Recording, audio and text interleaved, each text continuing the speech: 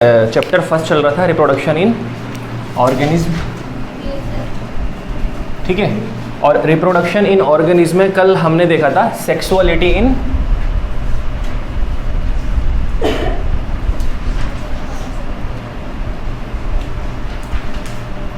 Organism. तो sexuality इन organism में आप लोगों ने देखा था कि बहुत सारे जो एनिमल्स या ऑर्गेनिज्म होते हैं, प्लांट्स या एनिमल्स, वो कैसे होते हैं। इसके लिए आप लोगों ने टर्म्स, हमने दो टर्म्स डिस्कस की थी, होमोथेलिक या मोनोशियस या बाइसेक्सुअल, ठीक है। ये टर्म हम यूज़ करते हैं प्लांट के लिए। मतलब होमोथेलिक कल मैंने पढ़ा दिया था, होमोथेलिक, मोनोशियस और बाइसेक्सुअल मीन्स क्या था, बताएं जल्दी से, एक 5 मिनट हम रिकॉल कर लेते हैं कल वाला। बाइसेक्सुअल, मोनोशियस, M4 बताया था एक फंडा, क्या था M4? मैरिज। मैरिज में क्या होता है, मेल और फीमेल एक ही घर में आ जाते हैं, दो अलग अलग घर से, है ना। तो अगर मेल और फीमेल रिप्रोडक्टिव ऑर्गन एक ही ऑर्गेनिज्म के अंदर प्रेजेंट है तो वो क्या कहलाता है, मोनोशियस, यानी कि टेस्टिस भी और ओवरीज भी हो। बाइसेक्सुअल, बाई का मतलब 2, है ना, 2 सेक्स ऑर्गन अगर एक ही इंडिविजुअल में प्रेजेंट है। होमोथेलिक, होमो का मतलब सेम, अगर एक ही प्लांट बॉडी के अंदर, ये टर्म यूज़ की जाती है ओनली प्लांट के लिए, एक ही प्लांट बॉडी के अंदर मेल और फीमेल रिप्रोडक्टिव ऑर्गन प्रेजेंट है तो वो क्या कहलाएगा, होमोथेलिक। बात समझ में आ गया। इसी तरह से दूसरा इससे लिखा था मैंने हेट्रोथेलिक, ठीक है, और डायोशियस और यूनिसेक्सुअल।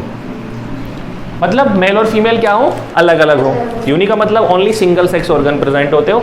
डायोशियस, D4 मैंने बताया था आपको याद रखने के लिए। डिवोर्स, डिवोर्स में क्या होता है, अलग अलग हो जाते हैं, ठीक है। तो मेल और फीमेल रिप्रोडक्टिव ऑर्गन्स कहाँ प्रेजेंट होते हैं, डिफरेंट डिफरेंट ऑर्गेनिज्म में प्रेजेंट होते हैं। हेट्रोथेलिक का मतलब डिफरेंट होता है, ये हम लोगों ने पढ़ लिया था, इसके एग्जाम्पल भी देखे थे। एक टर्म थी हर्मेफ्रोडाइट,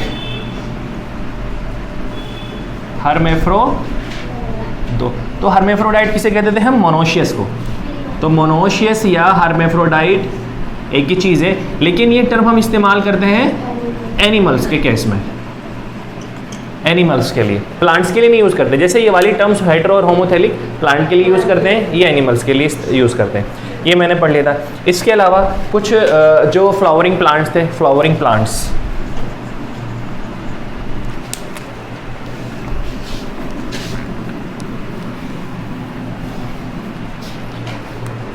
अब प्लांट्स की बात करते हैं तो इसमें प्लांट्स में हम लोग कुछ पढ़ रहे थे, जो फ्लावरिंग प्लांट्स होते हैं। तो फ्लावरिंग प्लांट्स के जो सेक्स ऑर्गन प्रेजेंट होते हैं वो कहाँ प्रेजेंट होते हैं, फ्लावर के अंदर, ठीक है। और यहाँ पर मैं अगर फ्लावर की बात करूँ तो फ्लावर के 4 पार्ट्स होते हैं। आउटर वाले वर्ल को आप कहते हैं, इसमें कितने वर्ल प्रेजेंट होते हैं, 4 वर्ल या 4 चक्र प्रेजेंट होते हैं। एक फ्लावर लेंगे आप लोग, सबसे आउटर वाला वर्ल, उसके बाद में सेकंड नंबर का, फिर थर्ड एंड लास्ट में सबसे इनर वाला। तो कैलिक्स, कोरोला, एंड्रोइशियम एंड गाइनोइशियम, ठीक है। कैलिक्स सबसे आउटर वाला वर्ड होता है, ग्रीन कलर का होता है, और इसका काम होता है फ्लावर को प्रोटेक्शन करना, जो इनर वर्ल्ड प्रेजेंट होते हैं। उसकी मैंने यहाँ हल्का सा आपको डायग्राम भी बनाया था कुछ, जैसे ये क्या है, थैलेमस है फ्लावर का, ये थैलेमस प्रेजेंट हो गया। एंड यहाँ पर सबसे आउटर ग्रीन पार्ट से जो प्रेजेंट होता है ग्रीन कलर का, उसे आप क्या कहेंगे, ऐसा नहीं होता लेकिन मैंने जस्ट समझाने के लिए इसे बना दिया, कैलिक्स। एंड इसके बाद में फिर कलरफुल पार्ट,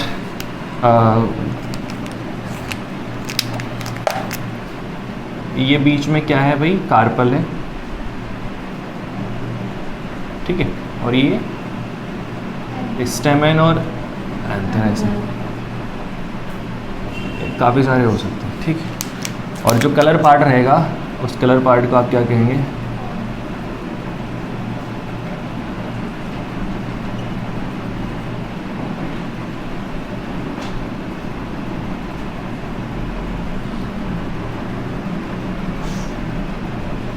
ठीक है। तो देखो भाई, ये सबसे आउटर वाला जो पोर्शन है इसे क्या कहा, कैलिक्स। ये कोरोला, मतलब कैलिक्स है ना, तो कैलिक्स की जो यूनिट होती है, यानी कि जो ग्रीन कलर की एक लीव्स है उसे क्या कहा था आपने, कैलिक्स की यूनिट को क्या कहा था, सेपल। इसी तरह से कोरोला की यूनिट को पेटल। मतलब एक कैलिक्स ये, दूसरा ये, तीसरा ये, सारे कैलिक्स को एक साथ मिलाकर आपने क्या कहा, सारे सेपल्स को एक साथ मिलाकर कैलिक्स कहा।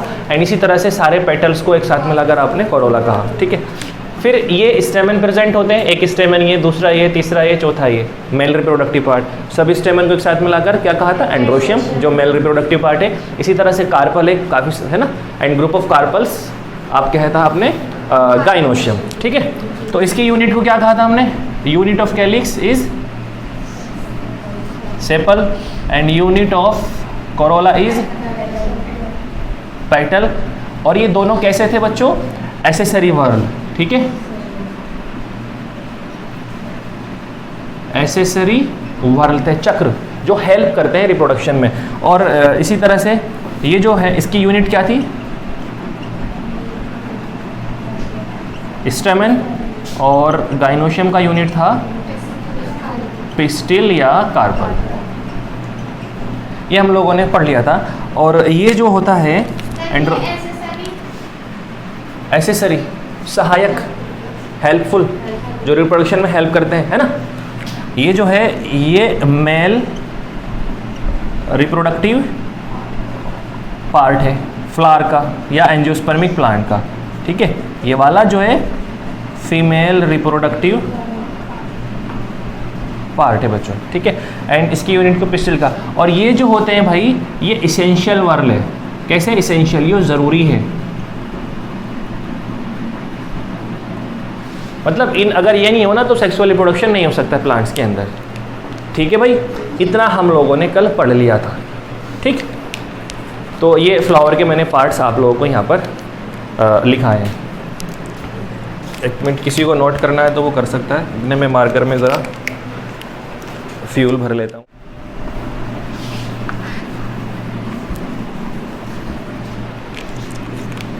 तो नाउ मैं फ्लावर की बात करता हूँ। फ्लावर दो तरह के होते हैं आपके फ्लावर।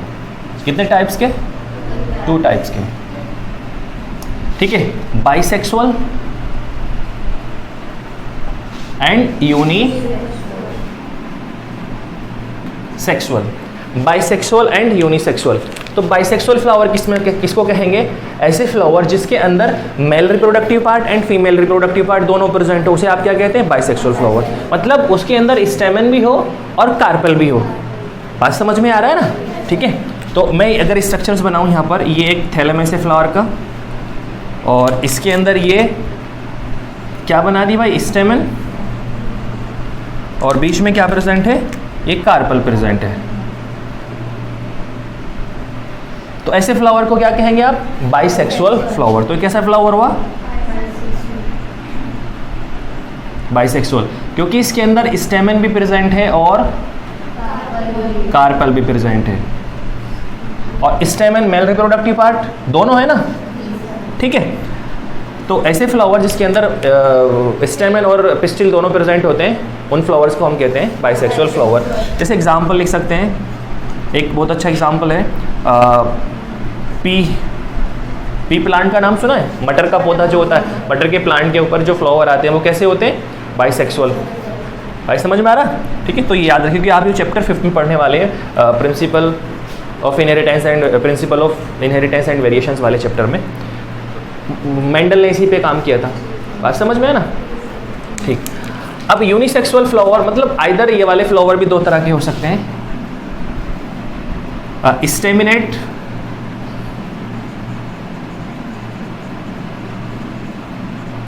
और पिस्टिलेट। नाम से पता चल रहा है आपको,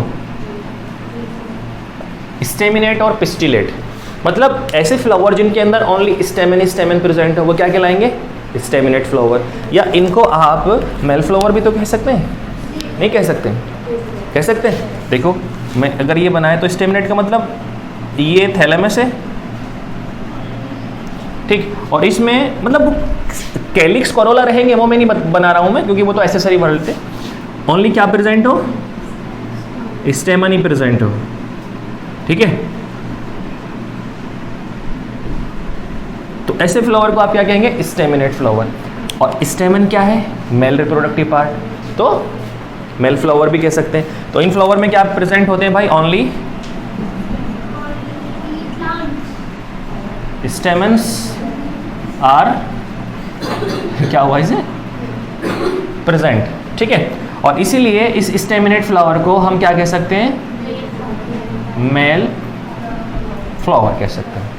बात समझ में आ गया? इसी तरह से पिस्टिलेट फ्लावर को पिस्टिल, है ना, पिस्टिल, पिस्टिल क्या है? कार्पल भी कहते हैं। और पिस्टिल क्या है? Female reproductive part.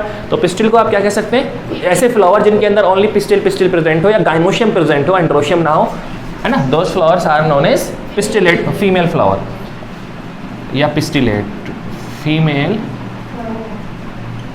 फ्लावर। ठीक है भाई, इतनी बात समझ में आ गया?